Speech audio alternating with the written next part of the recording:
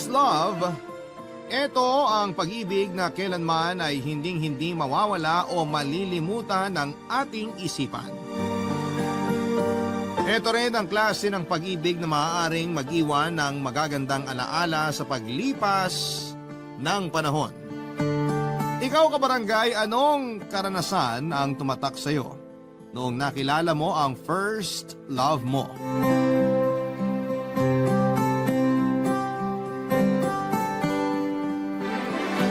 Dear Papa Dudut, isang mapagpalang araw sa lahat ng mga nakikinig sa Barangay Love Stories.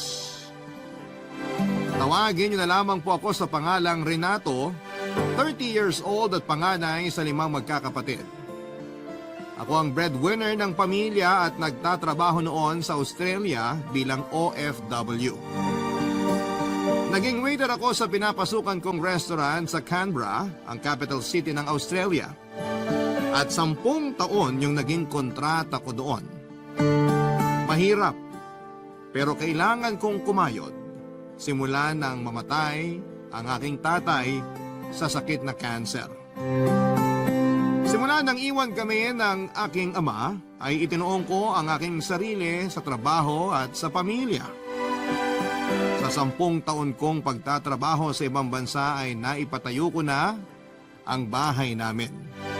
Napag-aral ko na rin ang aking mga kapatid at naibibigay ko naman ang mga gusto ng aking nanay Lydia. Hindi ko na inisip kung may matitira pa sa sahod ko para naman sa pangsarili kong mga gusto. Ang mahalaga ay maibigay ko ang pangangailangan ni nanay at ng mga kapatid ko. Maging maayos lang ang buhay nila at maging masaya ay okay na ako. Umikot ang mundo ko sa pagtatrabaho, Papa Dudut, at maibigay ang pangangailangan ng aking pamilya. 30 anyos na ako at sa buong pamamalagi ko sa Australia ay hindi ako nagka-girlfriend. Kahit noong magtrabaho ako sa Australia ay wala rin akong naging nobya. Ipinangako ko kasi sa aking sarili na pagtatapusin ko muna ng pag-aaral ang aking mga kapatid bago ako mag-asawa at bumuo ng sariling pamilya. Unti-unti ko namang natupad ang mga yon, Papa Dudut. At dahil doon ay napagdesisyonan ko muna noon na magbakasyon sa Pilipinas para makita naman ang ipinatayo kong bahay para kina nanay at sa mga kapatid ko.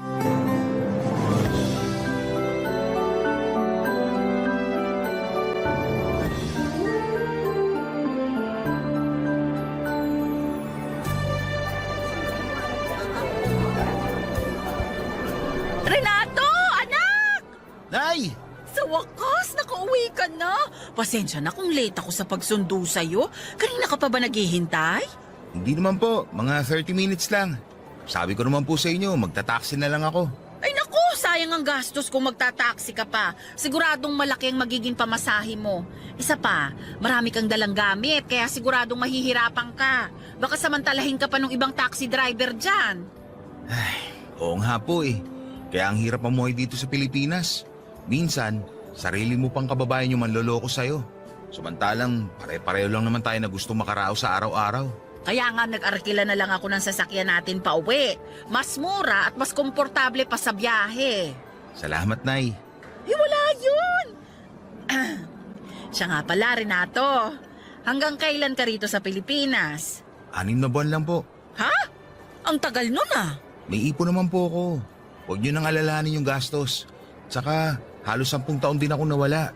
Gusto ko naman makasama kayo ng matagal-tagal. Ay kung sa bagay, marami na ring nagbago mula nung umalis ka. Eh, Nay, saan niyo pala gusto magbakasyon? O kaya, baka may gusto po kayong bilhin o kainin. Naku, ang totoo anak. Matagal ko nang gustong bumili ng alahas. May binibenta kasi sa akin yung kapitbahay natin. Kaso, hindi ko nabili. Kulang pa kasi yung budget ko. Baka pwedeng yun na lang. Ganun po ba? Sige po, bibili natin yan. Ay talaga? Oo naman po, Nay. Naku, napakabait talaga nitong anak ko. Kaya paborito ko to eh. Pahalik nga. Kayo talaga. Pinaliguan niyo pa ako ng halik sa pisngi. Tsaka alam ko naman pong binobola niyo lang ako. Uy, hindi Sa lahat ng anak ko, ikaw lang yung hindi nagpapasakit ng ulo ko. Bakit, Nay? Pinapasakit na ba ng mga kapatid ko yung ulo nyo? Ay, kung alam mo lang, Renato, yung isa mong kapatid na babae, gusto palaging sumasama sa mga barkada. Magbi-beach daw sila. Hindi ko pinayagan kasi malayo at may mga kasamang lalaki. Kayo naman, Nay. Para namang hindi kayo dumaan sa pagkadalaga. Sana pinayagan nyo na. Anong payagan? Nako, hindi Iba na ang mga kabataan ngayon. Hindi tulad ng mga panahon nyo na may mga takot pa sa magulang. Masyado na silang mapupusok ngayon. Alam mo ba yung anak ng kapitbahay natin? Grade 10 pa lang, buntis na. Kayo talaga. Tayo na lang kaya mag-beach magkakasama. Tagal ko na rin hindi nakakita ng dagat. Doon sa Australia, puro mga building at sasakyan lang nakikita ko. Talaga ba, anak? Uy, sige. Sigurado ako matutuwa ang mga kapatid mo. Papadudot ni minsan ay hindi ako humindi sa mga gusto ng aking ina. Kung ano ang mga bagay na gusto niyang bilhin at gawin ay palagi ko yung sinusunod. Madalas nga ay kulang pa ang pinapadala ko sa panggastos nila sa bahay. Minsan ay naiinis ako dahil halos kakapadala ko pa lamang ng pera sa kanila, wala pang isang buwan ay ubos na.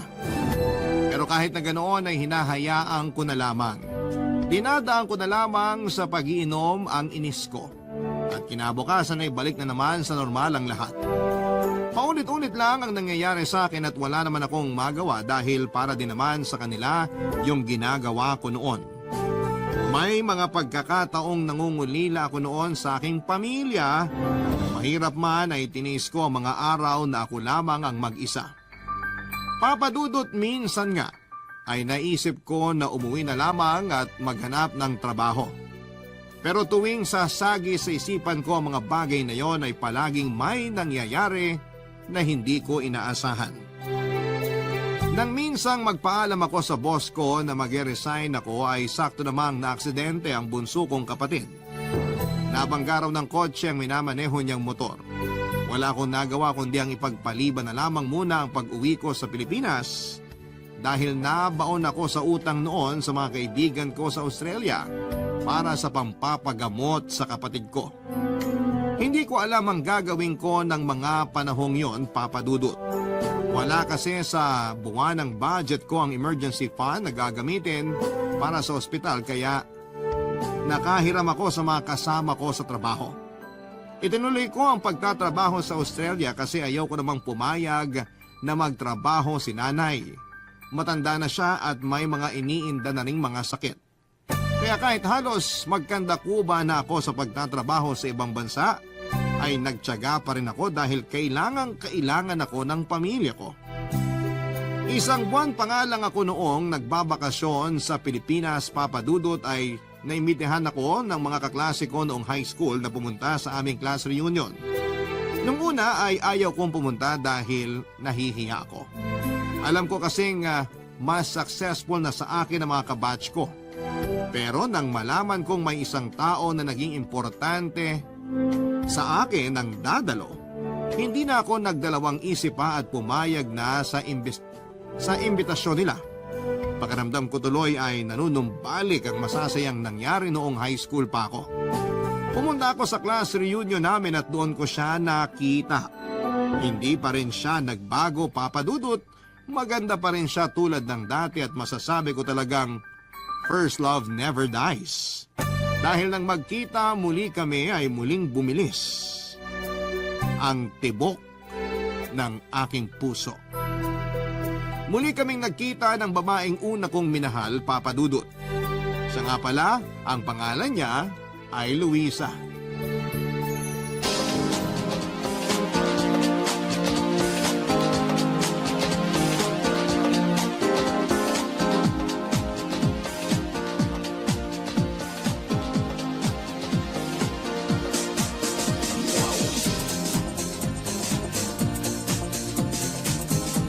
Luisa! Uy, Renato! Ikaw pala! Upo ka. Bakante pa naman dito sa tabi ko. Sige, salamat. Kumusta na? Okay naman. Tagal na nating di nagkita. Ilang taon na nga ba? Oo nga eh. Siguro mga 12 years na. 12 years na? Pero Hanep, hindi ka pa rin nagbabago. Ang ganda mo pa rin. Ikaw rin, hindi ka pa rin nagbabago. Gwapo pa rin? Hindi. Bolero ka pa rin. Uy, hindi kita binobola. Totoo sinasabi ko. Maganda ka pa rin talaga. Ay nako, ewan. Ewan ko sa'yo. Nga pala, may asawa't anak ka na ba? Bakit mo naman natanong? Oh, wala naman. Baka kasi may magalit at biglaan na lang ako suntukin dito habang kausap kita. Wala no. Matagal nang wala. Ibig mo sabihin, single ka ngayon? Oo. Single mom. Bakit parang nahihiya ka na single mom ka? Iilan lang kasi sa mga kaklase natin yung may alam tungkol sa anak ko. Isa ka lang sa mga sinabihan ko. Ganun ba? May gusto sana ako itanong sa'yo eh. Kung okay lang. Ano ka ba? Para namang wala tayong pinagsamahan. Sige lang, magtanong ka lang. Matagal ka na bang hiwalay sa asawa mo? Mga 2 taon na rin siguro. Wala eh. Naghanap pa rin ng iba eh. Isipin mo yun, 5 taon na yung anak namin saka pa siya nagloko. Hindi ka niya deserve. Eh ikaw, sigurado ako may sarili ka ng pamilya. Wala. Hindi ko muna iniisip yun sa ngayon. Ha? Bakit naman? 30 years old ka na, di ba? Oo. Kaso, mas priority ko muna ngayon si nanay at mga kapatid ko. Breadwinner kasi ako, panganay. At ako lang kumakahit sa amin simula nung namatay si tatay. Kaya heto, single pa rin simula nung maghiwalay tayo. Ibig mong sabihin, never ka pa nagka-girlfriend pagkatapos nung sa atin? Oo, kasi nung maghiwalay tayo, hindi man nawala yung pagtingin ko sa'yo. Diba, ipinangako ko sa'yo noon na ikaw yung pakakasalan ko. Kung nagkataon pala, ako sana'y naging tatay ng anak mo. Ay, alam mo, masarap yung spaghetti nila rito. Gusto mo ba ikuha rin kita? Hindi na. Okay na ako dito sa iniinom ko. Sigurado ka? Oo, ayaw kumain ng marami. Sige, ikaw bahala. Masarap pa naman yung mga handang pagkain. Mag-uwi ako mamaya para sa anak ko. Luisa, pwede ba tayo magkita ulit? Ha? Bakit naman? Wala naman. Gusto lang kita makasama madalas habang nagbabakasyon ako rito. Babalik na kasi ako ulit sa Australia after 6 months. Sige, okay lang. Ikaw bahala.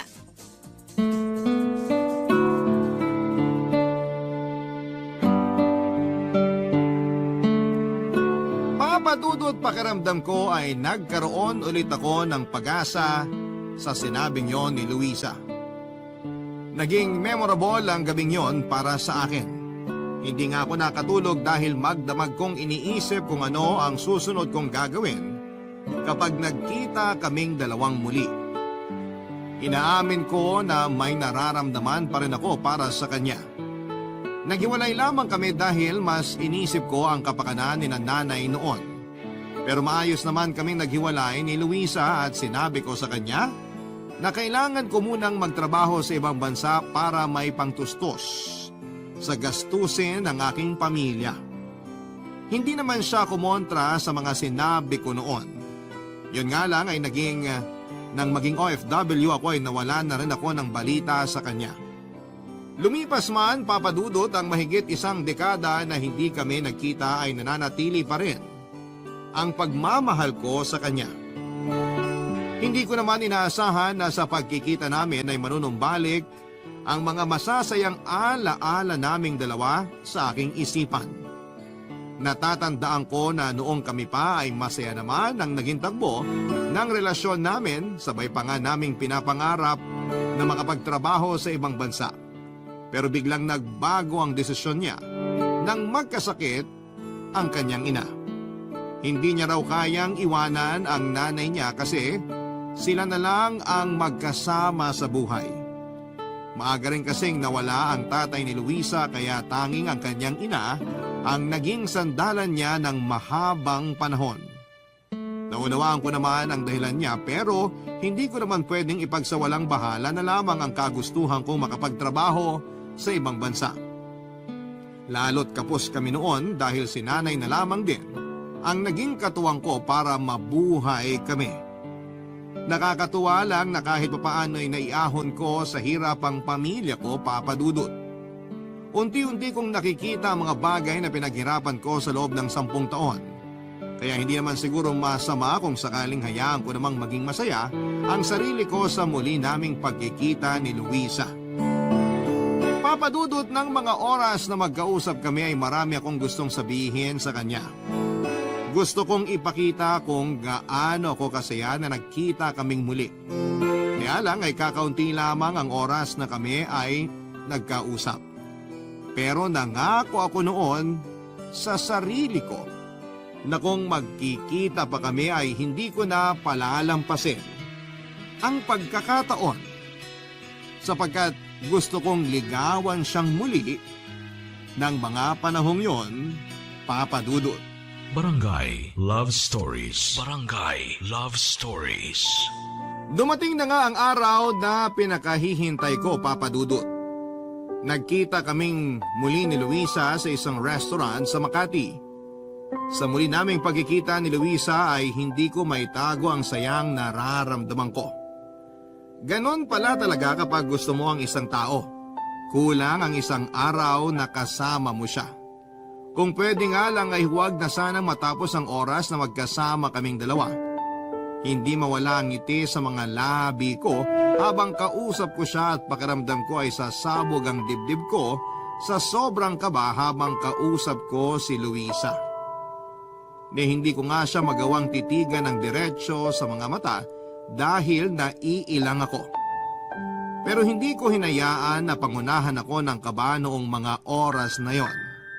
Inamin ko sa kanya na gusto ko siya at nung una ay tila nag-aalinlangan siyang sumagot nang aminin ang totoo kong nararamdaman para sa kanya. Hindi rin naman siguro masama kung sakaling manligaw ako sa kanya kasi nga single naman siya at hiwalay sa asawa. Tatanggapin ko naman kahit may anak na siya, Papa Dudut. Alam kong hindi magiging madali ang lahat sa amin pero kahit ano pa man ang pagsubok na dadaanan naming dalawa ay handa akong harapin makasama lamang siya. Hindi ko naman pinalampas ang sandali na magkasama kami at tinanong ko siya kung maaari ba akong dumalaw sa bahay nila. Pumayag naman siya, Papa Dudut.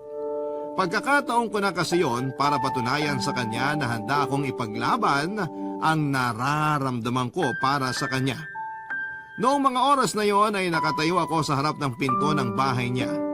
Nagdadalawang isip pa akong mag-doorbell pero nandun na rin naman ako kaya nilakasan ko na ang loob ko, Papa Dudut.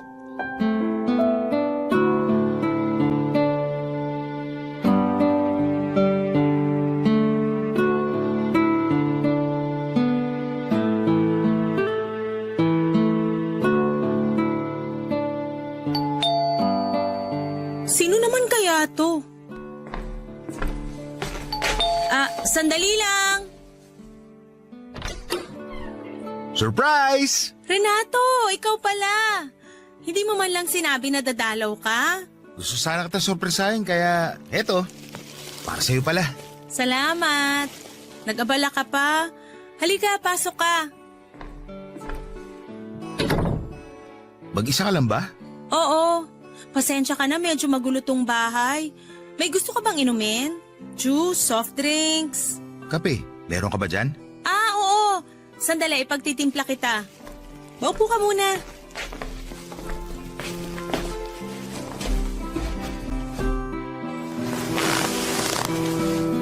Nasaan pala yung anak mo?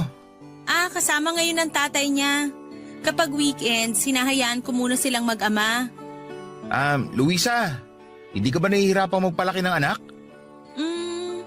Nahihirapan, syempre. Pero kailangan ko maging matatag kasi kailangan ako ng anak ko. Oh, eto na yung kape mo. Dahan-dahan ka lang, medyo mainit. Salamat. Mahal mo pa ba yung tatay ng anak mo? Ano namang klaseng tanong yan? Wala lang. Baka lang kasi naiisip mong humanap pa rin ng katuwang sa buhay since matagal ka ng single. Hindi ko muna iniisip yan sa ngayon. Mas priority ko kasi anak ko kaysa sa mga ganyang bagay. Paano kung sabihin ko sa'yo na gusto ko tayong ligawan? Huwag kang magbiro, Renato. Hindi ako nagbibiro. Nag-iisip ka ba? Ano na lang sasabihin ng mga tao sa paligid mo? May anak na ako. Wala akong pakialam sa sasabihin nila. Gusto kita. Yun ang mahalaga sa akin. Hindi mo alam ang sinasabi mo.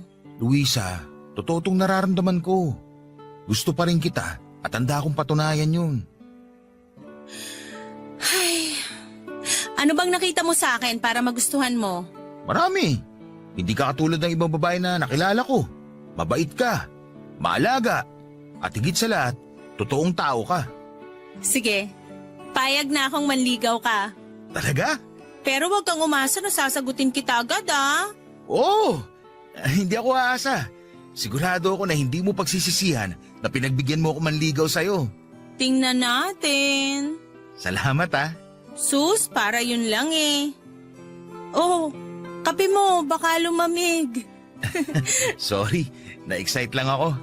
Hindi ka pa ba hinahanap sa inyo? Bakit? Pinapaalis mo na ba ako? Hindi naman. Medyo madilim na rin kasi, baka hinahanap ka na rin ng nanay at mga kapatid mo. Oo nga pala. Kailangan ko na rin umuwi. Gusto kasi ni nanay na sa bahay na ako maghapunan. Salamat nga pala sa kape ah. Wala yon. Siya nga pala, Luisa.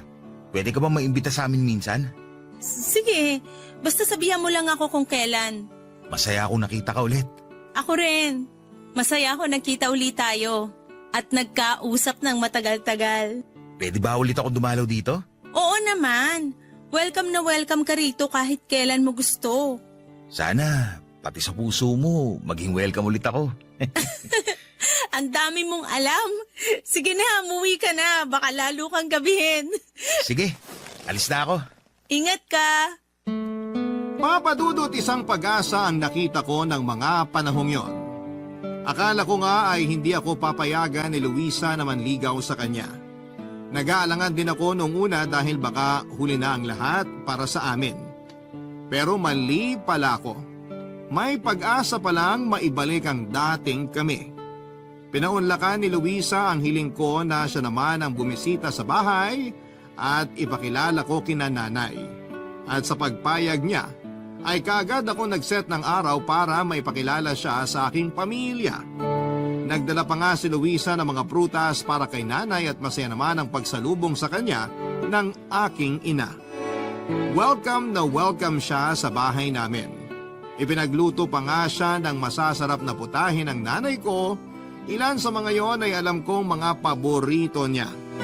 Marami pa rin naman akong alam tungkol kay Luisa kahit matagal kaming nagkahiwalay. Lalo na pagdating sa mga paborito niya. Hanggang sa panahon na yon ay alam ko pa rin ang mga paborito niyang panoorin, pati na rin ang mga paborito niyang kanta. Pink naman ang paborito niyang kulay kaya sinabi ko kay nanay na pink ang ilagay na mantel sa mesa namin. Naging magaan ang pakikitungo ni nanay kay Luisa, Papadudot. Marami rin pala silang pagkakapareho. Pareho nilang interes ang pagluluto at panonood ng mga drama sa telebisyon. Nagulat nga ako dahil mukhang mas magkakasundo sila ni nanay sa mga bagay na gusto nilang gawin. Hindi na itinago ni Luisa kay nanay na may anak na siya pero hiwalay sa asawa. Ipinaliwanag ko naman sa aking ina kung ano ang sitwasyong meron si Luisa at nauunawaan naman niya ang bagay na yon. Pero napansin ko na medyo nag-iba rin ang timpla ni nanay matapos mapag-usapan ang tungkol sa pagkakaroon ng anak at pagiging hiwalay sa asawa ni Luisa. Ganoon pa man noong buong time na nasa bahay si Luisa, ay naging maganda ang pakikitungo ng pamilya ko sa kanya. Akala ko naman ay maayos na ang lahat. Totoo nga ata yung sabi nila na huwag kang maging masyadong masaya kasi may bawi yon.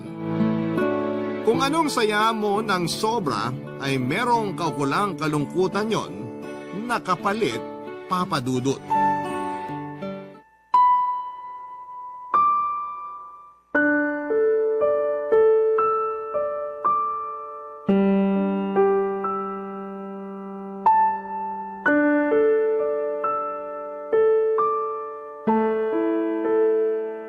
Nay, pwede ho ba tayo mag-usap? Sige anak, ano bang pag-uusapan natin? Bakit bigla na lang nagbago yung timpla nyo kanina nung nalaman nyo may anak na si Luisa? Aba, napansin mo pala. May problema ho ba, Nay? Bakit mo ba pinakilala sa akin ng babaeng yon? Kasi gusto kong makilala niyo yung babaeng gusto kong mapangasawa. Akala ko okay siya sa inyo. Akala ko rin eh. Pero hindi ko pala siya gusto para sa'yo. Marami pang ibang babae dyan.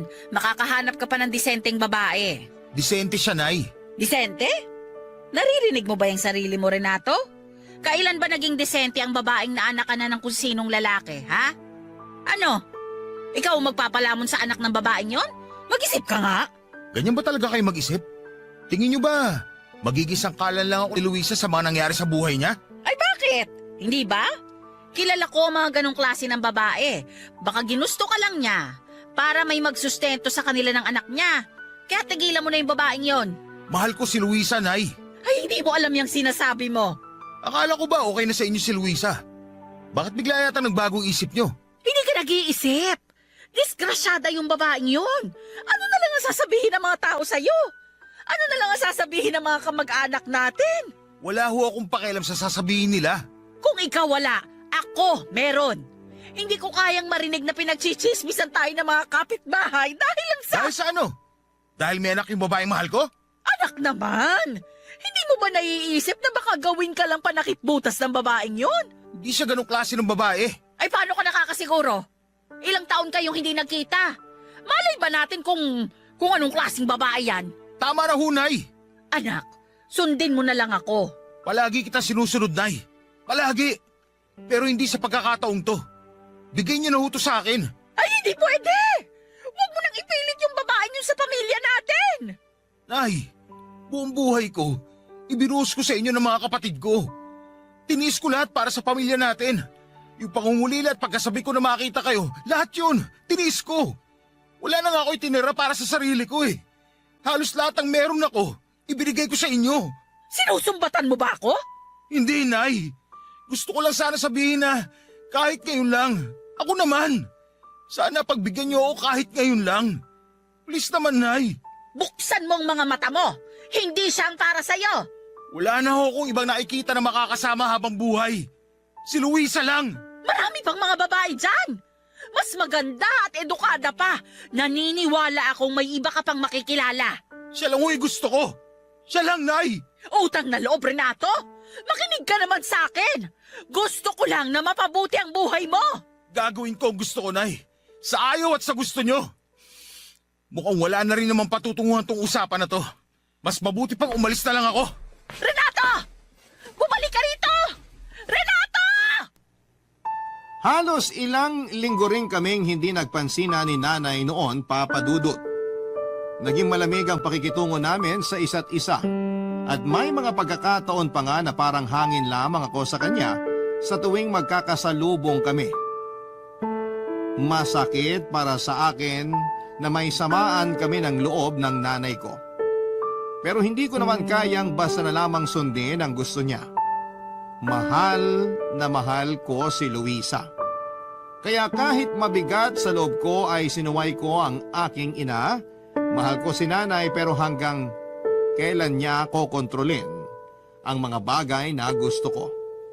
Ang totoo ay gustong gusto ko siyang kausapin pero sa tuwing magtatangka akong lapitan siya ay palagi niya akong iniiwasan. Mahirap man pero kinailangan ko talagang tiisin. Pero umaasa ako ng mga panahon na yon na hindi na lalo pang lumala ang tampuhan namin ng nanay ko.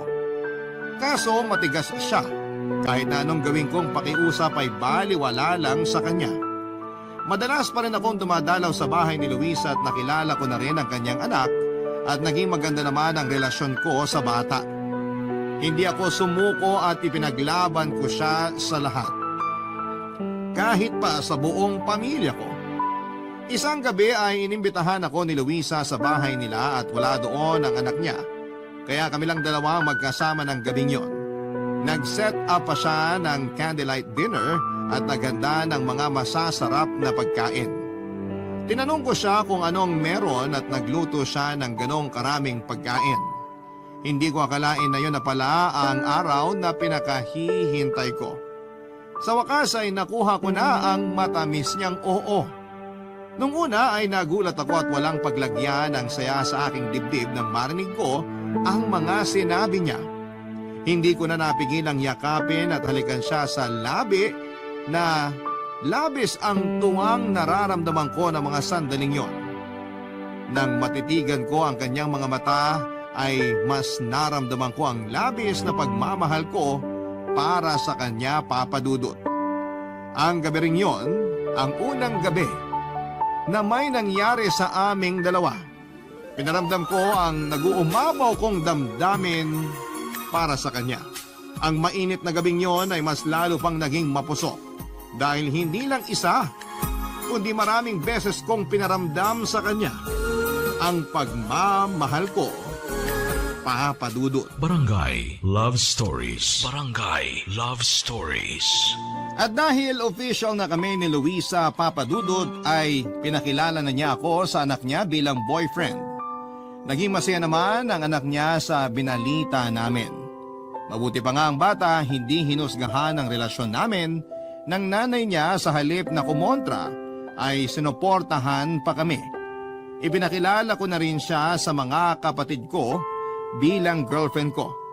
Hindi rin naman kumontra ang mga kapatid ko dahil gusto lang din ng mga ito na maging masaya ko. Mabuti na nga lang at hindi nila ako pinigilan sa gusto ko. Pero iba ang naging reaksyon ni nanay nang sabihin kong kami na ni Luisa. Tahimik lamang si nanay na mga oras na yon. Pero alam kong hindi niya nagustuhan ang ibinalita namin sa kanya. Iniwasan pa nga ni Luisa or iniwasan niya si Luisa nang alokin siya nito ng pagkain. Nahuli ko rin siya noon na pinapagalitan si Luisa nang hindi sinasadyang matapunan siya nito ng tubig sa damit. Inawat ko noon si nanay pero sinabi lang ni Luisa na huwag na lang daw akong pumatol dahil siya naman ang may kasalanan. Hindi ko talaga maintindihan si nanay ng mga panahon na yon, Papa Dudut, at hindi na nga lang ako sumagot dahil ayaw ko rin namang mapahiya si Luisa. Para bang hangin lang si Luisa kay nanay at hindi ko nagustuhan ang inasal ng nanay ko sa harap ng babaeng mahal ko. Para na rin niya akong binastos sa mga ginawa niya. At dahil nga roon ay hindi ko napigilan ang aking sarili na kumprontahin muli si nanay nang makauwi na si Luisa.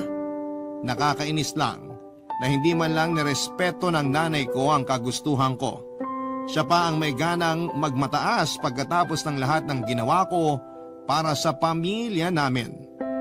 Hindi naman sa nanunumbat ako, Papa Dudut, pero sa hirap ng dinanas ko sa ibang bansa. Sana naman ay sinuportahan ako ni nanay sa mga desisyon na makasama si Luisa habang buhay. Pero mukhang malabong mangyari ang bagay na yon dahil parang naging sintigas ng bakal ang puso ng aking ina.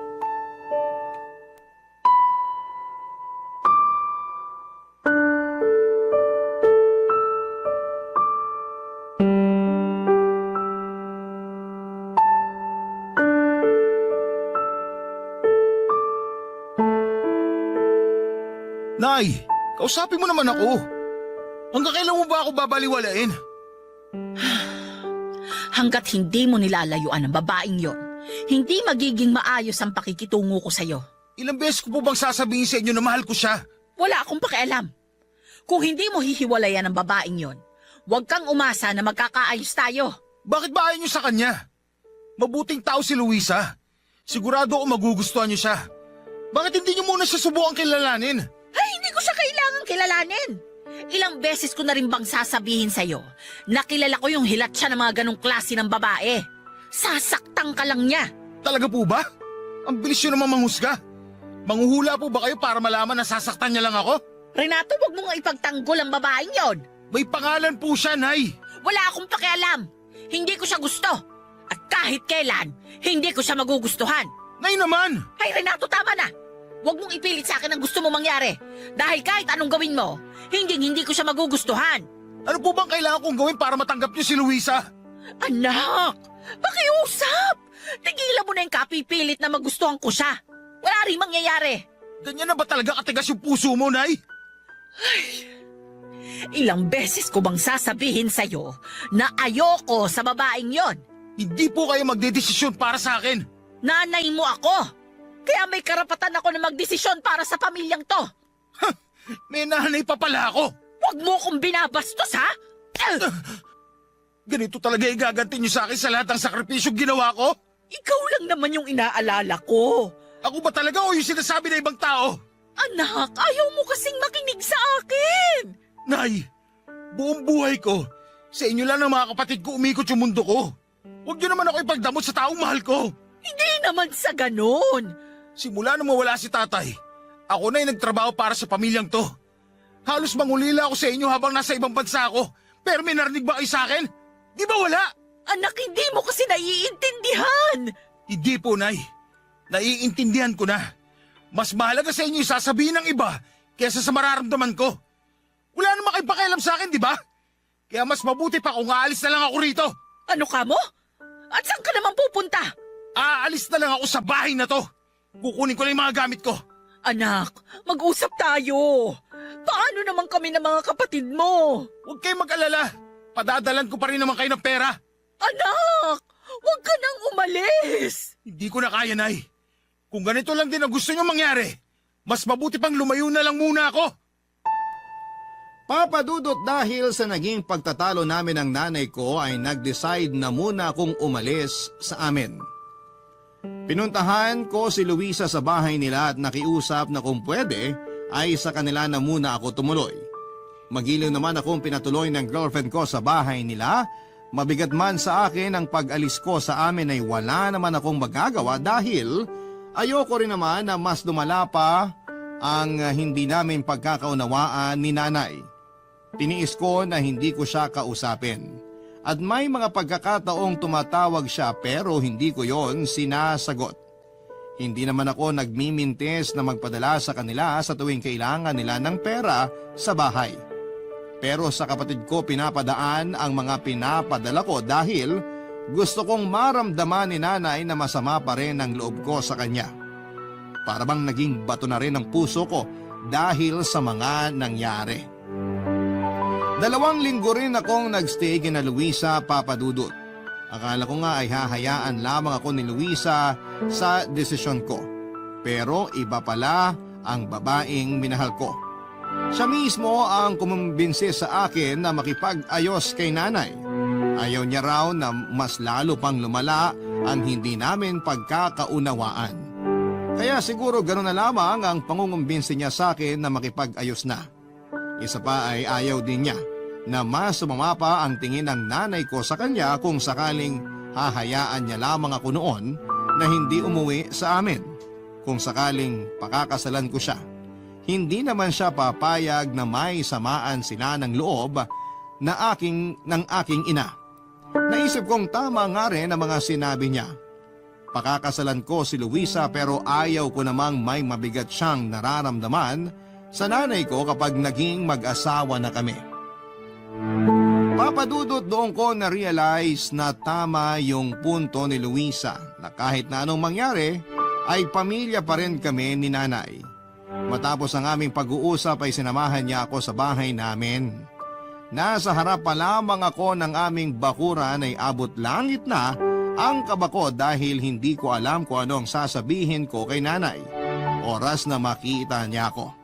Pero sinabi lang ni Luisa na kahit na anong mangyari, ay nasa likod ko lamang siya.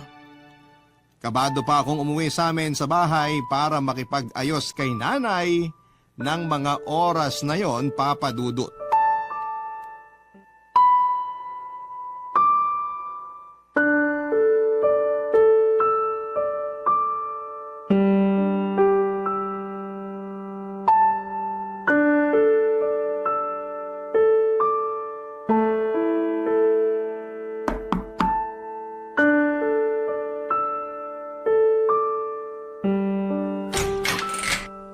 Nay, Oh, butit umuwi ka pa. may kasama po pala ako. Nay, kumusta po? O siya, pumasok na kayo. Naghanda ako ng pagkain. Sige po.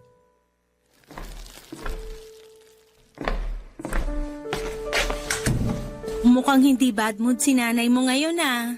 Oo nga eh. Halina kayo! Baka lumamig tong pagkaing hinanda ko. Opo, Nay!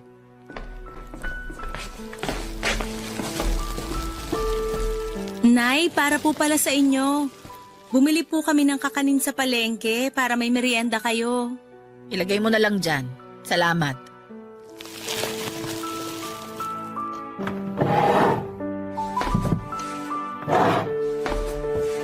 Nay, may gusto po sana ako sabihin sa inyo. Ano yon? Gusto ko sanang humingi ng tawad sa mga nasabi ko nung nakaraan. Mali ako na pinagsalitaan ko kayo ng masama. Kahit anong mangyari, nanay ko pa rin po kayo. Sana po, magkaayos na tayo. Ako rin po. Gusto ko pong mag-sorry kung ano man yung pagkakamaling nagawa ko. Pero mahal na mahal ko po ang anak nyo. Pangako po na hinding-hindi ko sasaktan si Renato. Ako nga ang dapat humingi ng pasensya. Masyado akong pinangunahan ng takot. Mas iniisip ko pa yung sasabihin ng iba kaysa sa kasiyahan ng anak ko.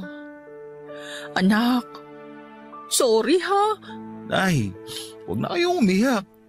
Luisa, anak. Pasensya ka na kung nahusgahan kita kaagad. Sana mapatawad niyo pa ako. Wag na po nating isipin yon. Ang mahalaga po sa akin ngayon, okay na po kayo ni Renato. Ang totoo nga niya, Nay. Si Luisa po ang kumumbisi sa akin na kausapin kayo. Talaga ba? Naku, hindi ka naman pala talaga nagkamali ng babaeng pakakasalan, ano? Totoo po yan. Ang swerte niyo po, tita.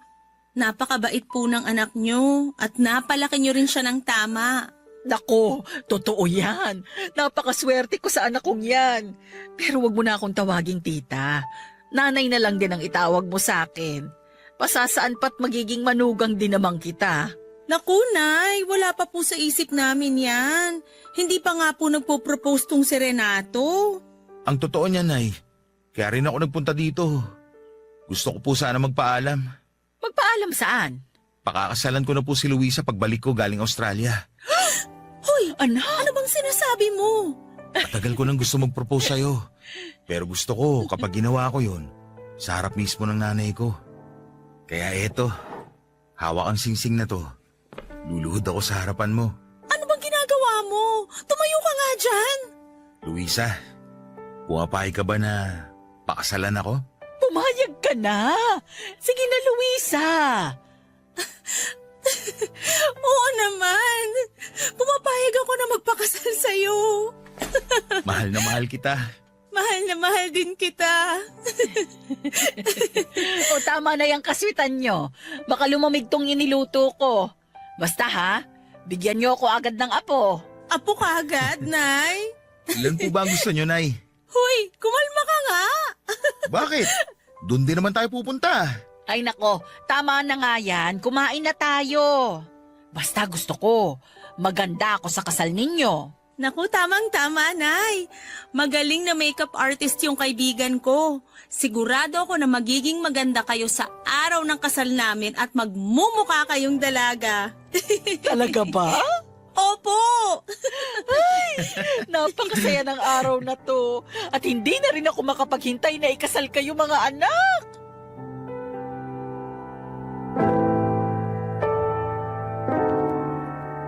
Papadudot yun na yata ang pinakamasayang araw sa buong buhay ko.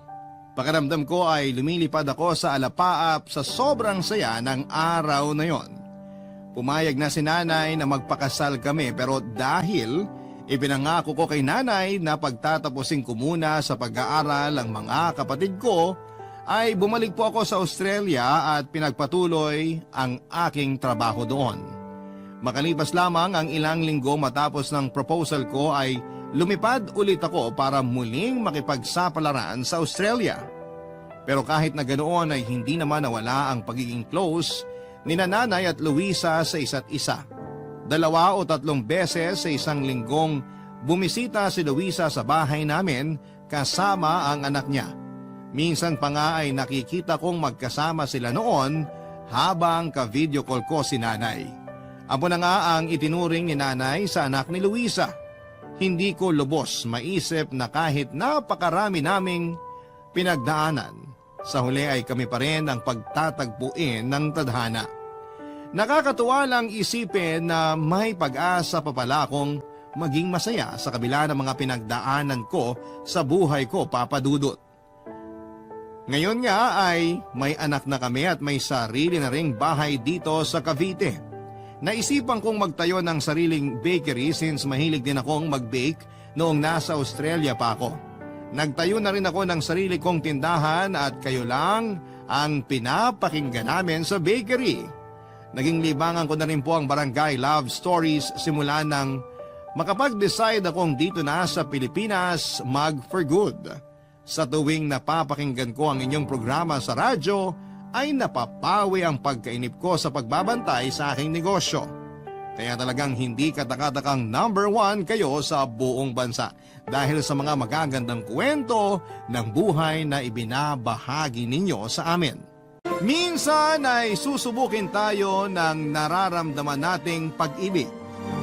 Doon natin malalaman na totoo ang kasabihan na lahat ay hahamakin. Oras na makaramdam tayo ng tunay na pagmamahal. Ikaw kabarangay, ano ang handa mong isakripisyo para sa taong minamahal mo? Ang sabi ko noon kapag nagmahal ako ay hindi ako magpapakatanga ng sobra. Hindi ko ibababa ang sarili ko para lamang sa ibang tao.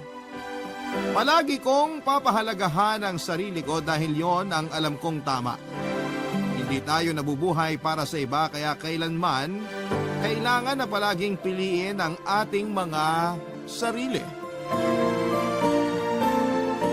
Dear Papa Dudut, hello po sa inyong lahat at sa mga kabarangay nating nakikinig ngayon. Tawagin niyo na lamang po ako sa pangalang Justin.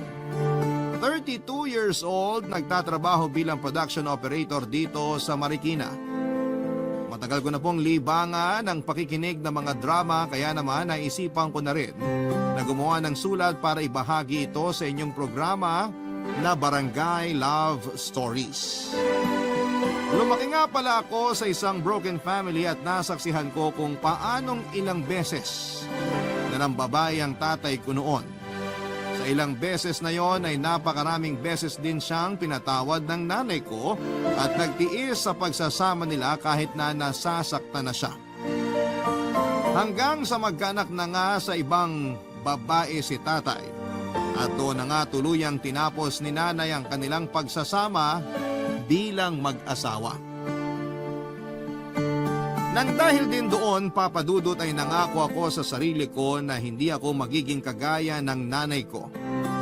Hindi ako magmamahal ng sobra, kagaya ng ginawa niya sa tatay ko.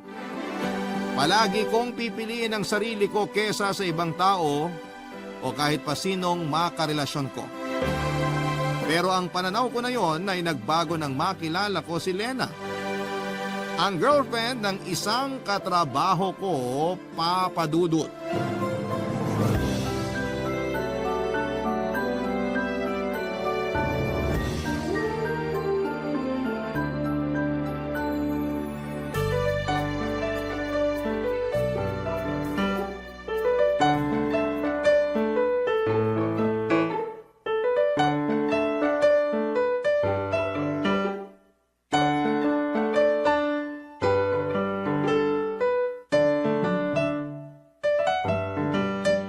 Mga pare, mauna na kaming umuwi ni Lena. Baka matraffic pa kami. O sige Jojo, walang problema. Happy birthday ulit, Justin. Thank you Lena. Salamat din pala dun sa dinala mong sisig para sa pulutan namin. Napakasarap. Talaga? Nagustuhan mo? Oo, sobra. Solid yung lasa tsaka yung pagkakaluto. Di ba Danny? Oo, bitin nga eh. Next time ulit ha. Tapos mas damihan mo pa sana para hindi nakakabitin. Uy, ano ka ba? Mahiya ka naman. Ngayon pa nga lang natin nakilala si Lena tapos ganyang kakagad kung makarequest sa kanya. Ayos lang. Natutuwa nga ako at nagustuhan yung niluto ko. Mahilig talagang magluto tong si Lena. Halata naman sa katawan ko kasi mula na magkasama kami sa bahay. Lumaki na tong tiyan ko. Oh, sige na mga pare. Mauna na kami sa inyo ni Danny. Ayoko rin masyado magpakalasing kasi motor kong sasakyan namin pa uwi ni Lena. Mahirap na. Bawi na lang ako sa next inuman session natin. Ayos lang yun, basta mag-ingat kayo ha. Oo. Ay, Justin, yung request ko nga pala tungkol sa pag-a-apply ni Lena sa pinagkatrabahuhan natin. Huwag mo sanang kalimutan yun, pare. Ako nang bahala dun, sisiguraduhin ko na matatanggap si Lena sa trabaho natin. Narinig mo yun, be? Kaya hindi ka na dapat mag-alala kapag nagpasa ka ng resume sa HR namin.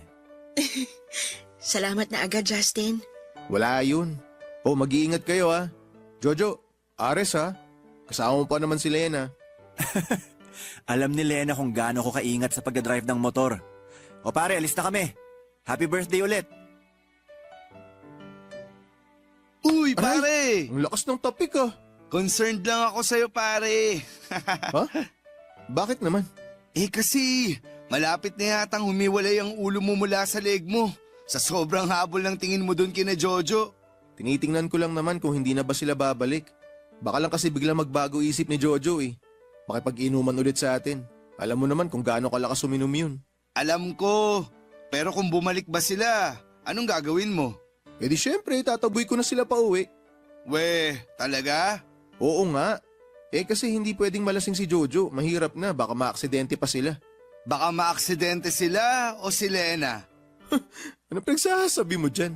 Naku, Justin, ilang taon na tayong magkaibigan at magkatrabaho. Kaya alam ko ang dahilan.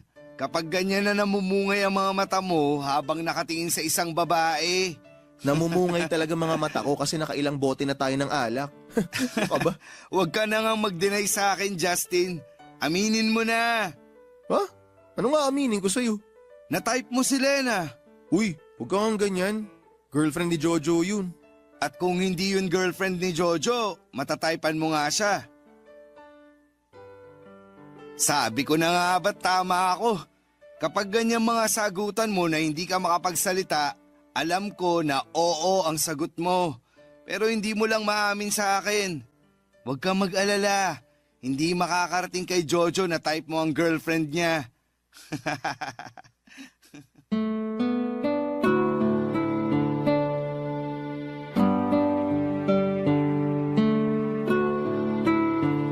Papadudot maganda si Lena. Hindi siya matangkad, morena ang kulay ng kanyang makines na balat. Malambing ang kanyang boses at pinaka gusto kong parte ng mukha niya ay ang mga mata niya na para bang palaging nang aakit.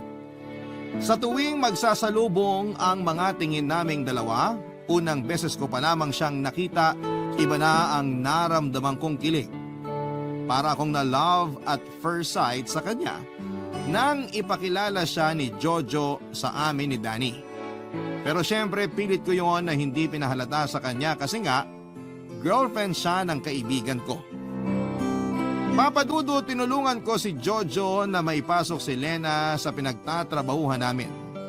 Hanggang second year high school lamang kasi ang natapos nito at required sa amin na at least ay nakapagtapos ng fourth year sa high school.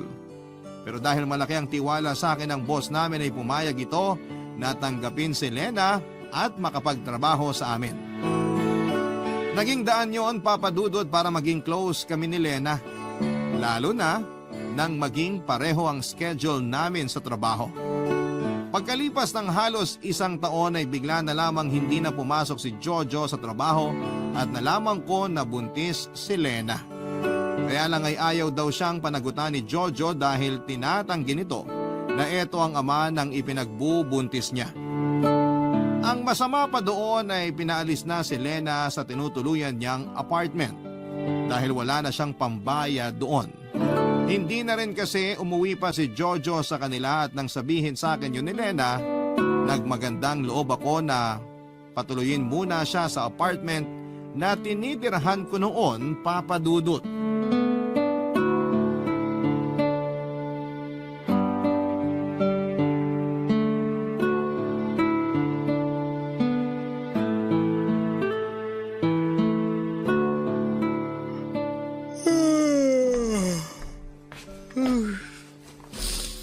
Grabe. Nakakaantok talaga kapag ganito kaaga ang shift sa trabaho.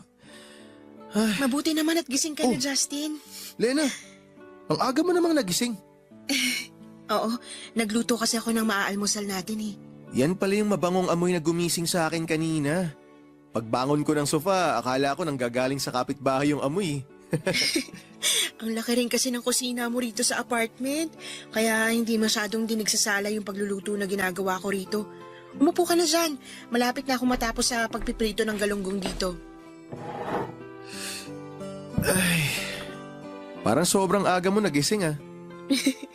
Di naman masyado. Hindi masyado pero nakapagsangag ka na ng kanin. Nakapagprito ka na rin ng itlog. Ito, nakahain na dito sa lamesa. Puno na rin tong termos, oh.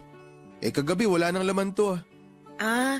Mabilis lang din talaga akong kumilos at magluto kaya natapos ko na kaagad gawin ang mga yan. Eto na yung pritong galunggong na bagay dyan sa sinangag na kanin natin. Grabe, ang sarap naman ng almusal ko. Sisipagin talaga ako nito magtrabaho mamaya. Kailangan mong kumain ng marami kasi alam ko na kapag ganitong patapos ng buwan, tambak talaga kayo sa trabaho. Sinabi mo pa. Kaya panay din ang overtime ko kasi nire-require ng manager namin. Kaya nga ubusin mo tong niluto ko para may energy ka mamaya sa overtime nyo. Gagawin ko talaga yan pero syempre, tutulungan mo ako na ubusin tong mga niluto mo. Oo naman kasi kanina pa rin kami nagugutom ng baby ko eh. Ay, yan na nga ang sinasabi ko eh. Masyado mong pinapagod ang sarili mo. Baka makasama yan sa ipinagbubuntis mo. Hindi naman ako ganong napagod. Hindi gaano pero halos lahat ng gawain dito sa apartment inaasikaso mo. Yung paglalaba, paglilinis ng banyo, pagdidilig ng ilang halaman ko sa labas, tsaka pag-aayos ng mga gamit sa sala. Lahat yun palagi mong inaasikaso. Wala rin kasi akong ibang pwedeng pagkaabalahan dito sa apartment mo, Justin eh. Pwede ka namang manood ng mga palabas sa GMA o makinig sa Barangay LS para hindi ka naiinip dito. Ayun na nga, hindi rin kasi talaga ako sanay na hindi kumikilo sa bahay kaya naghahanap talaga ako ng pwedeng gawin. Pero kailangan mo na ring sanayin ng sarili mo na ipahinga ang katawan mo. Nabanggit mo kasi sa akin yung sinabi sa'yo ng doktor na medyo sensitibo ang pagbubuntis mo. Kaya kailangan mong alagaan ang katawan mo. Inaalagaan ko naman ang sarili ko, kaya hindi mo ako dapat alalahanin. Ang totoo, nahihiya na nga ako sa'yo, Justin. Bakit ka naman nahihiya sa akin? Kasi ilang araw na rin akong nagiging abala sa'yo. Sa halip na masarap ang pahinga mo sa kwarto, doon ka sa sala natutulog para magamit ko yung kwarto mo. Okay lang naman talaga sa akin kahit sa sofa na lang ako matulog. O kahit na maglatag ako ng banig sa sahig, makakatulog pa rin ako ng maayos. Ayun naman ang di ko matitiis, Lena. Yung makita na sa sofa ka natutulog lalo na sa kalagayan mo ngayon. Pero apartment mo to, kaya mas may karapatan ka na. Lena, ang sabi ko naman sa'yo, di ba? Habang nandito ka sa apartment ko, ituring mo na rin na parang bahay mo to. Huwag kang mahiya o mailang sa akin. Dahil gusto ko na maging komportable ka habang nandito ka. Salamat talaga, Justin. Salamat sa lahat ng tulong mo sa akin. Sus, wala yun. Basta ikaw, Lena. Papadudot nang magsimulang lumalim ang pagkakaibigan namin ni Lena noon, mas lalo ring lumalim ang espesyal na pagtingin ko para sa kanya. Doon ko nalaman na galing siya sa mahirap na pamilya at lumulungas pa siya ng Maynila para makipagsapalaran sa buhay. Meron siyang 6 na kapatid sa probinsya at dahil siya ang panganay, siya rin ang maagang sumalo ng responsibilidad mula nang mamatay ang kanilang ama. Doon ako mas lalong humanga kay Lena, Papadudot, kasi nakita ko ang tiyaga niya at labis na pagmamahal sa kanyang pamilya. At kahit wala na siyang masyadong kilala sa Maynila, naglakas loob siyang lumuwas at pumasok sa iba't ibang trabaho na alam niya na para lang makapagpadala ng pera sa pamilya niya sa probinsya. Sa isang karinderya siya noon nagtrabaho nang makilala niya si Jojo at maging boyfriend. Kay Jojo rin ang galing ang ideya na doon na lamang siya magtrabaho sa kumpanya namin na kaagad naman niyang sinang-ayunan. Maayos naman ang naging pagsasama nila kahit may ilang pagtatalo din sila tungkol sa mga gastusin, Papadudot. At pambababae ni Jojo na ilang beses niyang pinalampas. Pero mula na makipaghiwalay ito sa kanya pagkatapos niyang ipaalam na buntis siya ay bigla na lamang itong nag-resign sa kanyang trabaho at hindi na muli pang nagpakita sa kanya, Papadudot. Barangay Love Stories. Barangay Love Stories. Papadudod sinuggest ko kay Lena na umuwi na lamang muna siya sa pamilya niya sa probinsya. Pero ang sabi niya ay ayaw niyang umuwi sa probinsya para lamang pagchismisan siya ng mga tao doon. Ayaw niya rin na madismaya ang nanay niya dahil ilang beses siyang pinigilan nito na lumuwas ng Maynila. Marami raw kasing babae sa probinsya nila ang lumuwas ng Maynila at umuwi sa probinsya na buntis na pero wala namang mga boyfriend o asawa. Umuwi para magdagdag ng pabigat sa kani-kanilang pamilya. At yon ang ayaw na mangyari ni Lena Papadudut. Nung araw na sinabi sa akin ni Lena ang tungkol sa pinagbubuntis niya at hindi na pagpapakita sa kanya ni Jojo ay grabe ang iyak niya, Papadudut. Tapos na ang shift namin sa trabaho at sa may kantin siya nagkwento sa akin habang umiiyak. Namumroblema siya kung saan siya titira sa oras na tuluyan na siyang paalisin ng may-ari ng tinutuluyan niya. Napadala na raw kasi niya ang pera niya sa probinsya at hindi niya pwedeng galawin ang ipon niya. Halos hindi na raw siya kumakain ng maayos para lamang makatipid. Kaya naman doon na ako nag-alok ng tulong sa kanya, Papadudut. Ayaw pa nga niya noon tanggapin ang tulong ko na doon muna tumuloy sa tinitirhan ko. Pero dahil wala na rin siyang ibang mapupuntahan, tinanggap na rin niya ang tulong na binibigay ko.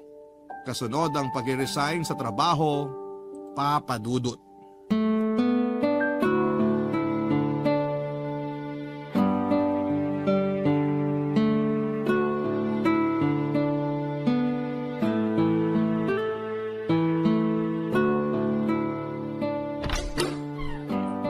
Justin, eto pang minudo para sa pulutan nyo ni Danny. Ayan o, sakto at ubos na tong lechon kawali na pulutan namin. Lena, thank you ah. Kapag naubos yan, meron pa dun sa kusina. Kumuha na lang kayo ha. Magpapahinga ka na ba? Oo, papasok na rin ako sa kwarto kasi medyo inaantok na ako. Sige, salamat sa pag-aasikaso ng pulutan namin ah. Dito na lang din kami sa labas para hindi ka na maingayan sa amin. Pwede naman kayong pumuesto dun sa sala. Di na, dito na lang kami. Alam mo namang malakas ang boses nito ni Danny. Maaabala ka lang sa pagtulog mo kapag doon kami uminom sa loob. Grabe ka naman talaga sa akin, pare. Bakit? Totoo naman yung sinabi ko ah. Mahihirapan talaga si Lena na makatulog kapag nasa sala tayo kasi kapag nalalasing ka, para kang may megaphone sa lalamunan. Lakas ng boses mo. Hindi naman sobrang lakas, di ba, Lena? Oo, hindi nga. Tsaka malalim naman ako matulog kaya hindi kayo makakaabala sa akin. O sige na, papasok na ako sa loob ng bahay. Pag tapos na kayo dyan, kahit iwanan nyo na lang dyan, yung mga kalat, bukas ko na lang ililigpit. Uy, ano ka ba? Kami nang bahala magligpit dito. Di ko naman ganong lalasingin tong si Danny kaya mauutusan ko siyang iligpit tong mga kalat mamaya. Oo nga, Lena. Kami nang bahala dito. Oh, narinig mo si Danny. Sige na, Lena, magpahinga ka na. Salamat ulit dito sa mga niluto mong pulutan para sa amin. Wala yon, Justin. Sige na, papasok na ako sa loob. Enjoy lang kayo dyan. Mukhang nagkakamabutihan na kayo ni Lena, pare. Anong nagkakamabutihang sinasabi mo dyan? Ano? Hindi ka pa ba aamin sa akin, pare? Ano na mga meaning ko? Ano pa? E di yung tungkol sa relasyon yung dalawa ni Lena. Uy, walang ganyan ah. Wala kaming relasyon ni Lena. Siya kinaan mo nga yung boses mo. Nakakahiya pag narinig niya yung sinasabi mo, baka kung ano pa isipin ng tao. Nagtatanong lang naman ako. Nagtatanong pero parang ayaw mo namang maniwala sa sagot ko. Hindi naman sa ayaw ko maniwala.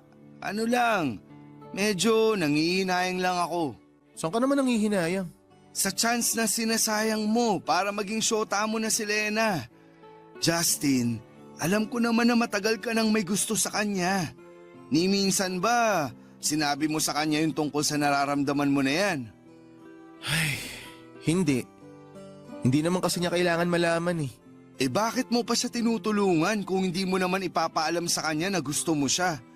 Tapos, pinatira mo pa talaga siya dito sa apartment mo ng libre.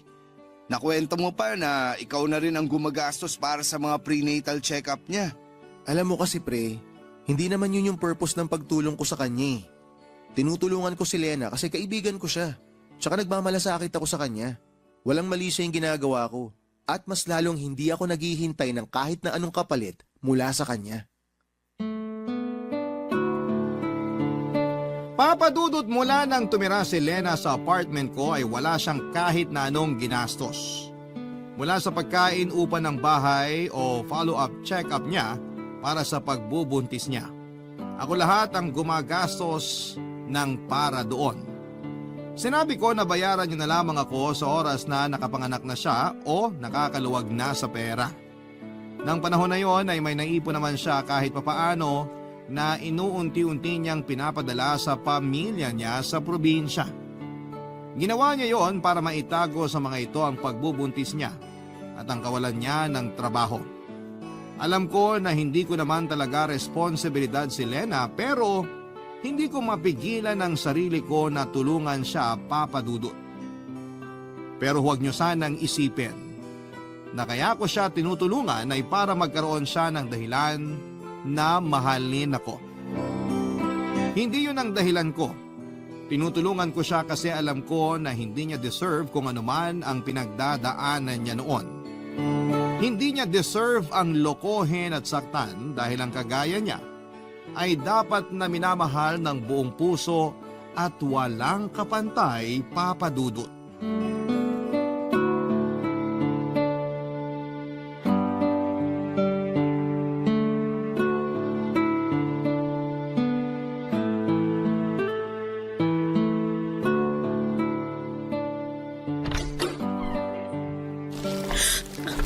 Justin, ang aga mo naman yatang umuwi ngayon.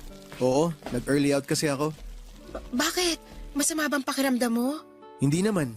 Kasi simula pa lang kasi ng buwan, medyo maluwag pa ron sa trabaho ngayon. Kaya pinayagan yung iba sa amin na mag-early out. Buti ayos lang yun sa manager nyo. Walang kaso yun sa kanya. Normal na rin namang nangyayari to pag walang masyadong ginagawa. Tsaka konti lang din naman kami pinapayagan na mag-early out. Yung mga empleyado lang na madalas mag-overtime. Siyempre, kasama ako ron. Kasi patayan din talaga yung record ko ng overtime eh. Oo nga eh. Grabe rin kasi yung overtime mo nung nakaraang buwan. Kung may best in overtime lang na award, ako na nakakuha nun sigurado. Ay, oo nga pala. May dala ako ditong pakwan oh. Di ba sabi mo kahapon gusto mo mag-watermelon shake? Oo. Tamang-tama, gumagana pa yung lumang blender ko dyan kaya magagamit ko pa yun para gumawa ng shake mamaya. Teka, may lakad ka ba? Ha? Oo. Ano kasi? Aalis kasi ako, Justin. Saan ka pupunta? Ano kasi, Justin? May schedule ka ba check-up ngayon? Ha? Naku, nawala yata yun sa isip ko ah. Sakto pala na maaga ako nakauwi. Masasamahan kita. Anong oras ba yung check-up mo? Pwede na to, no? Di na siguro ako magpapalit ng damit para hindi tayo malate kasi baka... Wala akong check-up ngayon, Justin. Ah, ganun ba? Saan pala ang lakad mo? Justin, ang totoo... Lena, okay na ba mga gamit mo? Jojo? Anong ginagawa mo dito? Justin, nakauwi ka na pala. Obvious ba? Ikaw, anong ginagawa mo dito? Sinusundo ko na si Lena. Sinusundo? Lena, anong pinagsasabi nito? Ayun nga, Justin. Nag-usap na kasi kami ni Jojo at nagkasundo kami na ayusin ang relasyon naming dalawa. Makikipagbalikan ka kay Jojo pagkatapos kanyang iwan sa ere? Ikaw at ang anak mo? Humingi naman na ng tawad sa akin si Jojo. Nagpaliwanag din siya na nagulat lang siya nang malaman niyang buntis ako kaya lumayo siya sa akin. O tapos, ganun na lang yon? Pagkalipas ng ilang buwan, babalikan ka na lang niya na parang pusa kung saan kanya huling iniwan. Ganon? At ikaw naman, magpapabilog ka na lang sa mga sinasabi niyang puro kasinungalingan. Justin, dahan-dahan kasi sinasabi mo dahil wala kang alam tungkol sa amin ni Lena. Ikaw ba, Jojo? Anong alam mo tungkol kay Lena pagkatapos mong hindi magparamdam ng ilang buwan? Ha? Wala rin naman di ba? Wala kang alam tungkol sa kanya o sa ipinagbubuntis niya kasi naduwag ka. Naduwag ka nung malaman mo na magiging tatay ka na. Kaya tinakasan mo yung responsibilidad mo sa kanya. Nagbuhay binata ka. Kapal ng mukha mo. Sa bagay, ano pa bang aasahan sa isang duwag na katulad mo? Duwag ka, Jojo. Duwag! Sumusobra ka na, ha? Jojo, tama na! Huwag mo nang saktan si Justin! Ang yabang kasi nito. Akala niya kung sino siya. Bakit? Nagsasabi lang naman ako ng totoo na bahagyang buntot mo nung malaman mo na nabuntis mo yung girlfriend mo.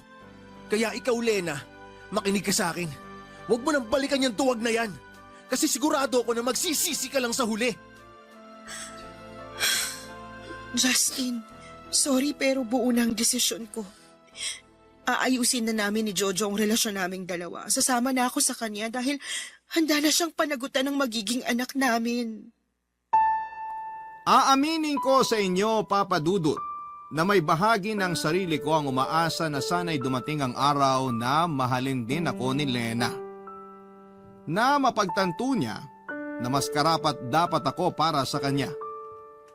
Hindi ako humingi ng kahit na anong kapalit sa mga ibinigay na naitulong ko sa kanya, pero umaasa ako na sana'y dumating ang araw na masuklian lahat ng sakripisyo at pagmamahal na ginawa ko para sa kanya. Umasa ako na tanggapin niya ako bilang tamang tao na bahagi ng buhay niya. Kaya naman sobra akong nasaktan, Papa Dudut, nang kaagad akong iwanan ni Lena dahil lamang sa biglang pagbalik ni Jojo sa buhay niya. Hindi ako makapaniwala na kaagad na sasama si Lena sa kanya pagkatapos ng ginawa ni Jojo sa kanya. Bakit ito pa rin ang pinili niya kahit na labis na siya nitong nasaktan? Ayoko talagang manumbat pero noong araw na umalis siya, hindi ako nakarinig ng kahit na anong pasasalamat mula sa kanya. Ganon talaga, Papa Dudut, siguro sa mundo ng pag-ibig.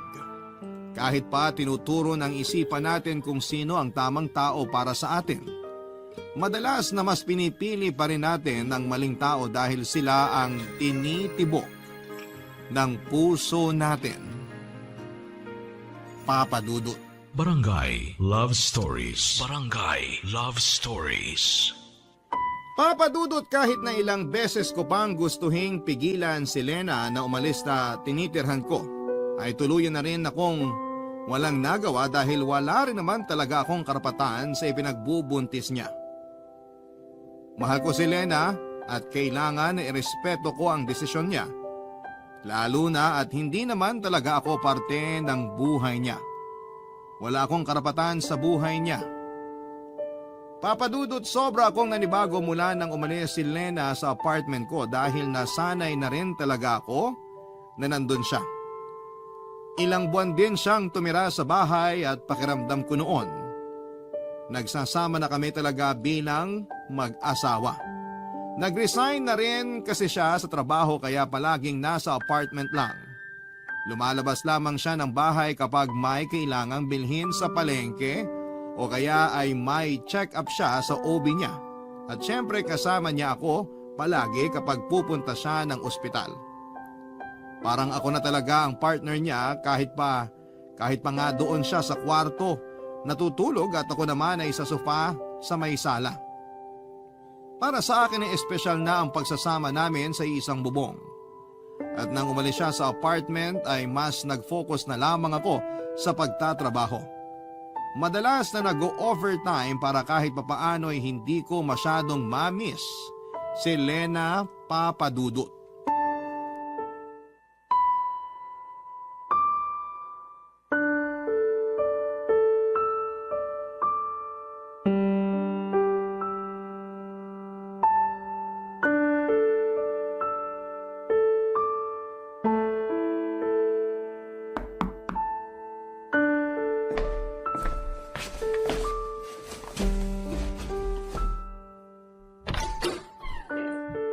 Lena? Hi, Justin. Good morning. Good morning. Napadalaw ka? Pwede ba akong pumasok sa loob ng apartment mo? Ha? Oo naman. Halika, pasok ka. Salamat.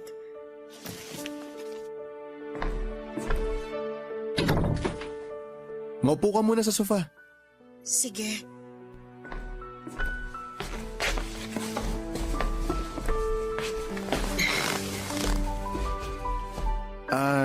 Nagugutom ka ba? May gusto ka bang kainin o inumin?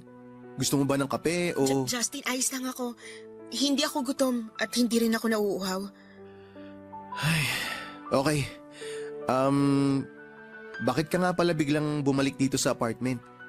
Tsaka napansin ko medyo malaki yung bag na dala mo Anong meron? Ang totoo, umalis na kasi ako dun sa tinutuluyang bahay ni Jojo. Ha? Bakit? Anong nangyari? Uy, Lena, sandali lang. Huwag kang umiyak. Sabi mo sa akin kung ano bang nangyari. Sinaktan ka ba niya? Pinagbuhatan ka ba niya ng kamay? Mas masakit pa dyan ang ginawa niya sa akin, Justin. Anong mas masakit pa yung ginawa niya sa'yo? Bakit? Ano bang ginawa niya? Sabihin mo sa akin, Lena. Niloko niya ako. Niloko ako ni Jojo, Justin. Niloko niya ako. Ang sakit. Ang sakit, Justin. Lena, sandali, huminahon ka lang. Baka mamaya makasama pa sa baby mo yung sobrang pag-iyak mo Ang sakit kasi talaga, Justin. Hindi ako makapaniwala na magagawa yun sa akin ni Jojo ngayong magkakaanak na kami. Ano ba kasing nangyari? Nahuli ko siya na may ibang babae na pala siya. Paano mo siya nahuli? Ilang araw na kasi siyang umuwi ng malalim ang gabi. Tapos, madalas na may naaamoy akong pabango ng babae sa mga damit niya na nilalaban ko. Baka naman may katrabaho lang siyang babae na napadikit sa kanya. Posible naman yun. Hindi, Justin. Noon pa lang, malakas ng kutob ko na may ibang babae si Jojo. Kaya hindi ako nakatiis.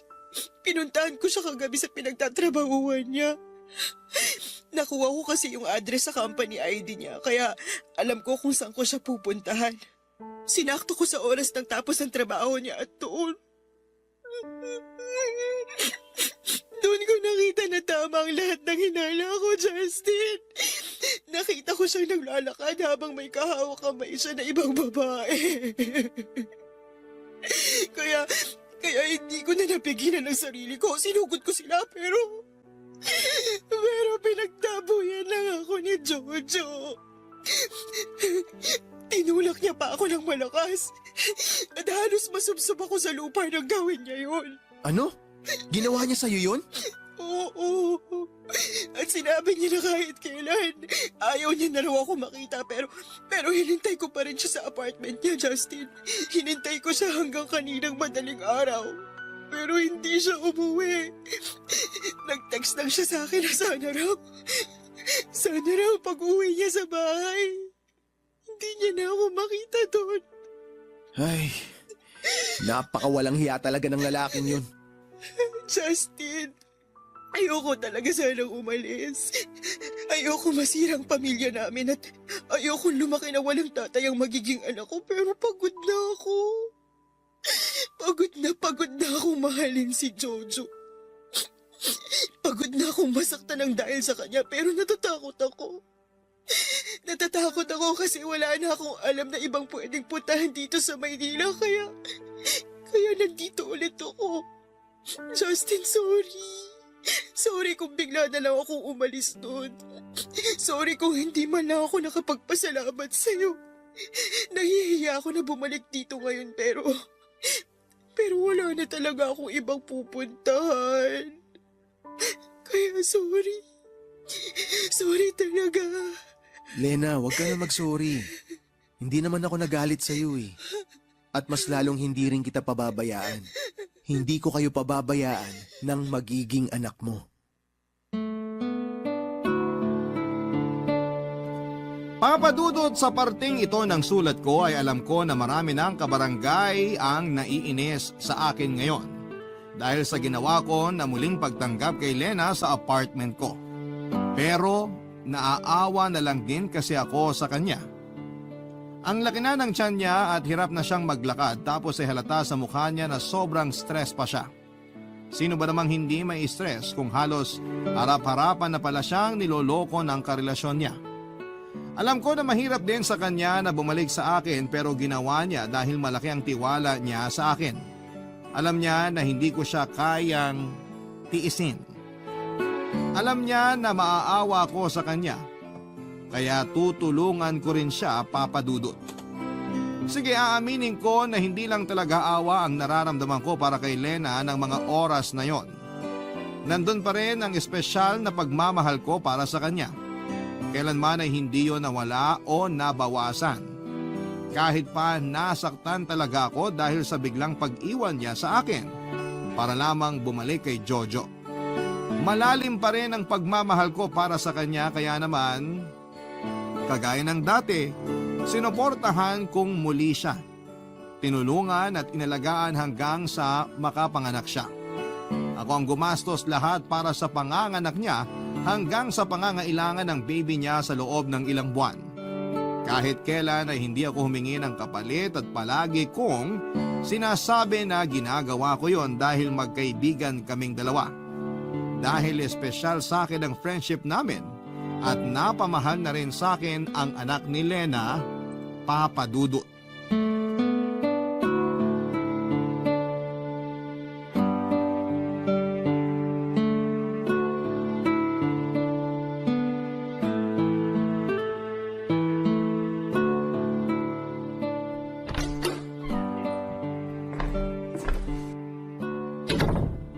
Lena?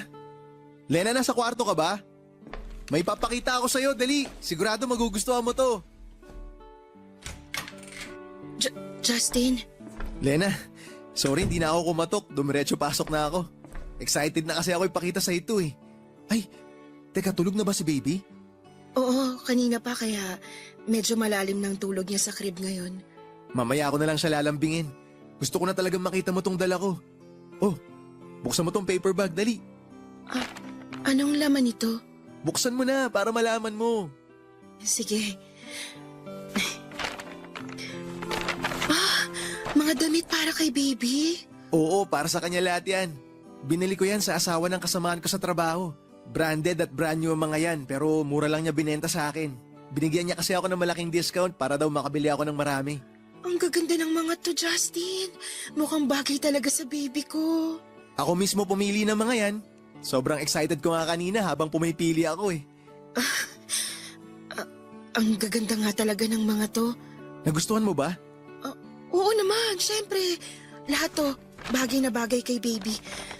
Ang totoo, nahihiya na nga ako sa'yo, Justin eh. Bakit ka naman mahihiya? Alam mo naman na napamahal na sa akin ng baby mo. Kaya ginagawa ko to kasi importante siya sa akin.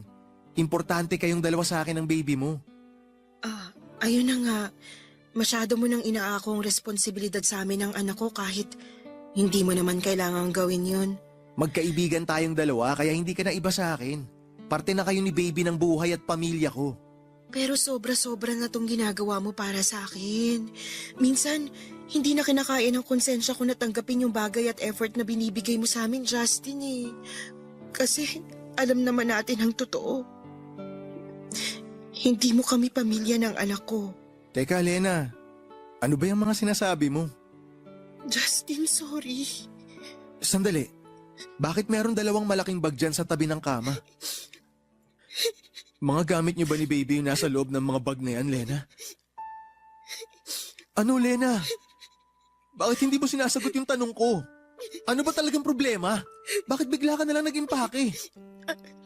Aalis na ako, Justin. Aalis na kami ng anak ko. Ano? Salamat sa lahat pero kailangan na naming umalis, Justin. Kailangan na naming umalis dito sa apartment mo. Pero bakit nga? Ano bang nangyari at bigla ka nalang nagdesisyon ng ganyan? Ginagawa ko lang kung ano yung alam kong tamang gawin. Okay, ganito. Sabihin mo sa akin ang totoo. Papayagan kitang umalis kung sasabihin mo na babalik ka na sa pamilya mo sa probinsya. Kung doon kayo pupunta ng baby mo, papayag ako, walang problema. Kung gusto mo nga, ako pa mismo maghahatid sa inyong dalawa ron. Ano? Bakit hindi ka makasagot? Siguro tama yung hinala ko, no? Siguro tama yung iniisip ko na babalik ka lang naman dun sa walang kwentang Jojo na yun. No? Tama ako, no? Nagpunta kasi siya dito kahapon habang nasa trabaho ka at humingi siya ng sorry sa akin. At pinatawad mo naman agad siya. Pagkatapos ng lahat ng masasamang bagay na ginawa niya sa'yo? Lena, pinabayaan ka ni Jojo. Nasaan ba siya nung oras na nanganak ka? Sino bang kasama mo nung unang beses na mahawakan mo yung baby mo? Hindi ako nanunumbat, pero sana naman maisip mo na kahit kailan hindi siya naging mabuting tatay para sa baby mo. Nagbago na si Jojo at naniniwala ako sa kanya. Alam ko na mahal niya kami ng baby ko. Yan din ang sinabi mo dati. Tsaka alam mo, sa totoo lang, nakita ko na lahat to. Nangyari na lahat to eh. Yung bigla ka nalang aalis dito para lang bumalik sa walang kwentang Jojo na yun. Lena, kailan ka ba maaawa sa sarili mo? Ha? Ilang beses ka na niyang sinaktan, pero balik ka pa rin ang balik sa kanya. Mahal ko si Jojo at mahal niya rin ako. Pero mahal din kita. Mahal kita, Lena. At kahit kailan, wala akong ibang ginawa kundi ang iparamdam sa iyo yung pagmamahal ko. Pero anong ginagawa mo? Paulit-ulit mo sinasaktan yung sarili mo. Nandito naman ako. Nandito ako para sa inyo ng anak mo. Naging mabuti naman ako sa kanya, di ba? Nakita mo yun. Ginawa ko ang lahat para maibigay yung pangangailangan ng baby mo. At kaya ko mas patunayan pa yung pagmamahal ko sa... Justin, tama na. Alam ko naman yung tungkol sa nararamdaman mo para sa akin sa simula pa lang eh. Kaya sobra ako nagpapasalamat sa'yo. At sorry. Sorry kung kahit kailan hindi ko kayang suklian yun. Bakit hindi mo muna subukan? Subukan mo na mahalin ako, Lena. Subukan mo lang. Dahil alam ko na kahit kailan hindi ko magagawa yun. Hindi ko magagawa na mahalin ka kasi si Jojo lang ang mahal ko. Kaya aalis na kami ni baby. Papalik na kami sa kanya. Sa tunay na tatay ng baby ko. Lena, please. Pagbigyan mo naman ako. Subukan mo lang na mahalin ako. Huwag ka na munang umalis dito. Kaya ko kayong alagaan ng anak mo. Kaya ko magpakatatay at gagawin ko ang lahat para sa... Tama na, Justin. Salamat sa lahat ng nagawa mo para sa akin, pero hanggang pagkakaibigan lang talagang kaya kong ibigay sa'yo. Sorry. Sorry. At salamat sa lahat ng tulong na naibigay mo sa akin. Papadudot, yon ang unang pagkakataon na inamin ko kay Lena ang nararamdaman kong pagmamahal para sa kanya. Naisip ko na oras na para malaman niya kung bakit ko nga ba ginagawa ang lahat ng yon para sa kanya. Bakit masyado ko nang ibinaba ang sarili ko para lamang matulungan sila ng anak niya. At ang akala ko ay kagaya ng sabi ng ibang tao ay luluwag ang pakiramdam mo oras na maipaalam mo at masabi ang totoong sinisigaw ng puso mo. Pero hindi yon ang nangyari sa akin, Papa Dudut.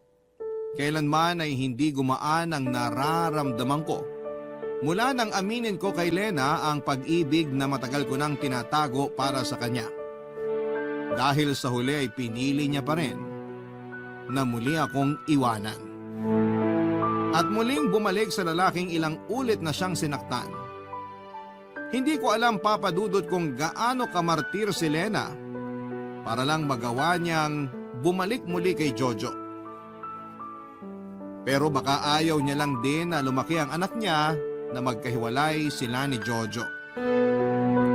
Papa Dudut, hindi pa rin yon dahilan para tiisin lahat ni Lena ang lahat ng panloloko sa kanya ni Jojo. Handa naman akong tumayo bilang tatay ng baby niya kahit panghabang buhay pa. Tatanggapin ko ang lahat ng parte ng kanyang nakaraan. Ilang beses ko yon na sinabi, pinaalam at pinaramdam kay Lena. Kaya nga, ginasusan ko siya kasama ng anak niya. Alam ko na hindi ko dapat inuungkat dahil parang panunumbat na ang ginawa kong tulong na nagawa ko para sa kanya. Pero yun naman kasi talaga ang katotohanan. Noong mga oras na nahihirapan si Lena sa pagbubuntis niya ay ako ang kasama niya hanggang sa dumating ang espesyal na araw na isinilang na niya ang anak niya. Papa Dudut, na imagine ko na noon na para na kaming isang masayang pamilya ni Lena. Ako na ang kikilalaning tatay ng anak niya at magsasama na kami bilang isang pamilya. Isang pangarap na hanggang imahinasyon na lamang pala dahil kailanman ay hindi ako kasama sa mga plano ni Lena. Nang araw na yon, ilang beses pa akong nagmakaawa sa kanya na huwag akong iwanan. Hindi lang dahil sa mahal ko siya kung hindi dahil mahal ko na rin ang anak niya. Pero walang napuntahan ang pagmamakaawa ko na yon at muli niyang pinili na iwanan ako na para bang hindi naging parte ng buhay niya. Papadudot, mas mahirap para sa akin ang pag-alis na yon ni Lena dahil nasanay na ako nakasama sila ng anak niya sa bahay ko. Nakabuo na ako ng mga plano at pangarap kasama silang dalawa. Pero sabi nga nila hindi kailanman natin dapat na pinipilit ang mga sarili natin sa taong hindi naman tayo gustong makasama.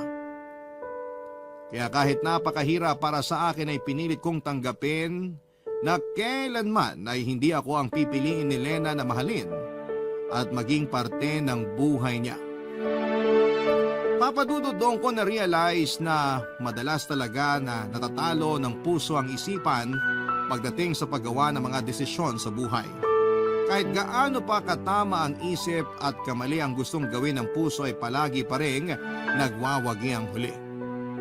Kahit alam natin na masasaktan lang din tayo, palagi pa rin nating pinipili ang magmahal. Dahil sa bandang huli, ang mahalaga doon ay naging masaya tayo kahit sa maikling parte lamang ng kwento ng buhay natin. Dito na po nagtatapos ang sulat ko at sana'y nakapag-iwan po ito ng aral sa ating mga kabarangay.